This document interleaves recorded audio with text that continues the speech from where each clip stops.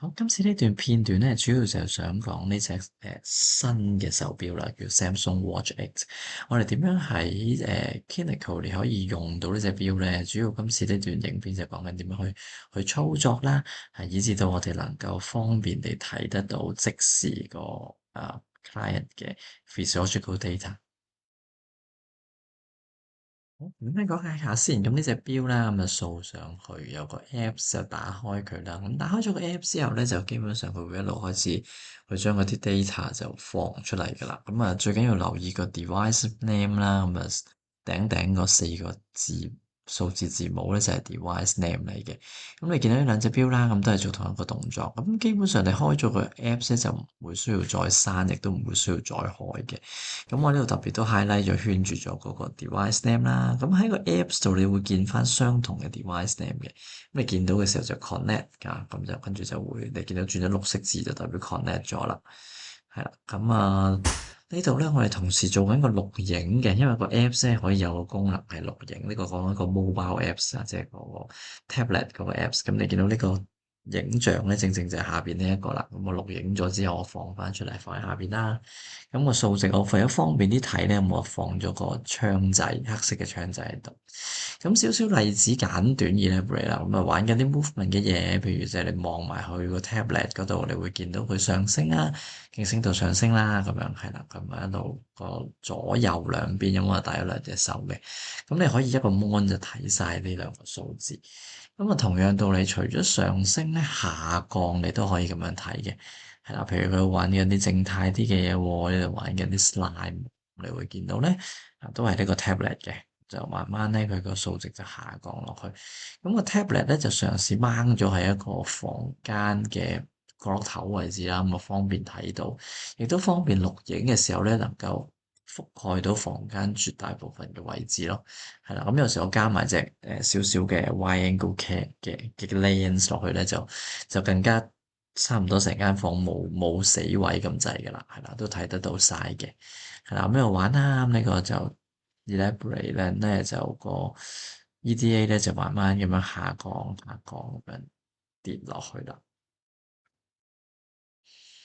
咁見到有時就會跌得快啲，或者一隻手會跌得快啲，或者一隻手會跌得慢啲。咁上升同樣係嘅，有機會兩隻手有少少差別，不過個 trend 咧你見到都類似。好啦，另外一個咧就係啲斷線咁點辦啊？譬如就學生而家去洗手間咯喎，咁樣佢就轉個彎就轉入洗手間。咁呢個咧即係嗰個我 tablet 個 screen cap 我放咗出嚟咧，就睇住隨時幾時斷線。咁佢個 Bluetooth 都幾強㗎，你見到即係都係頭先嗰間感統室裏邊啦。咁佢出咗嚟，再出埋個 Kinect，再轉埋入洗手間咧，跟住先斷。咁我去完洗手間出翻嚟啦，咁佢會唔會自己連翻線㗎？咁呢隻錶係會自己連翻線嘅。咁啊，佢轉咗入去啦，基本你個 cam 都未追得切啦，佢就已經連翻線啦。咁佢行緊入嚟啦，其實佢嚟到個 Kinect 門口啫。都未入翻間感統室咁佢就已經連翻晒線啦。咁即係講緊啲咩咧？即係你唔需要因為佢斷咗線而要再停低落嚟啦，再幫佢連個線啦。咁佢基本上個 data 係連續咁一路 record 落去咯。咁呢個就係另外一樣方便咗嘅地方啦。好啦，咁咧最後就講下點樣買啦。咁有兩個 QR code 嘅，咁主要佢就係 link 翻去 Crest Store 嗰度去買呢個 Apps 啦。咁但係呢兩個 Apps 咧，基本上佢有個 trial 嘅 free version 嘅。咁當然你要買咗隻 Samsung 嘅 Watch 先啦。咁你可以喺即係坊間好多地方都買到任何一隻 Samsung Watch X 啊，係啦，第八代嘅 Samsung Watch 咧都可以做到呢個功能。咁你買咗隻錶之後啦，你可以 download 嗰個叫 Bear B-E-A-R，跟住 BLE 即係 Bluetooth Low Energy Bluetooth 嘅意思啦。咁你就會揾到嗰個錶嘅 Apps 啦。咁即係你見到左邊黑色嗰個圓圈嘅 data，你就會睇得到噶啦。咁呢個 free version 嘅 Apps 咧，就淨係喺隻手錶上面可以睇得到呢啲 data 啫。如果你想將啲 data 放出嚟，去另一個 device 嗰度睇到。同埋可以錄低佢，因為你淨係隻錶度睇到係錄低唔到嘅，去另一個 device 度錄低佢咧，咁你就要 activate 咗錶個 apps 令到嗰個錶裏邊嘅 Apps 咧係一個 full function。咁左邊嗰個 QR code 咧就掃佢嘅時候咧就可以買到嗰個 full function 嘅用嘅 activation code 啦。係啦，咁你 get activate 咗個 Apps 咧，咁隻錶咧嘅 data 就可以放得到出嚟啦。咁放完出嚟之後，咁要有個 device 去接住佢噶嘛。咁啊，你右邊咧嗰個QR code 咧就係買 device 嘅 activation code 啦，device 嘅 apps 嘅 activation code 啦。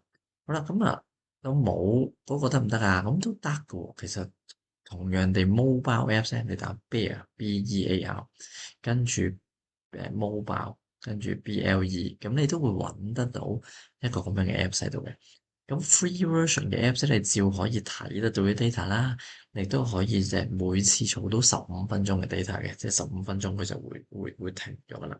咁啊，佢冇做得到頭先喺段影片裏邊講緊 video recording 嗰個 function 啦。咁所以你照可以試下用得到嘅，即係縱使你淨係得標個 apps 嘅話嘅 activation 咧，你都可以照試下用下先，係啦。咁但係即係你想 full function，我想成堂可能講緊超過15分鐘，可能30分鐘、40分鐘，甚至乎更長咧，咁你就要 activate 咗佢。咁右邊個 QR code 咧就係買咧呢一個 apps 噶啦，OK 嘅 activation code 嚇。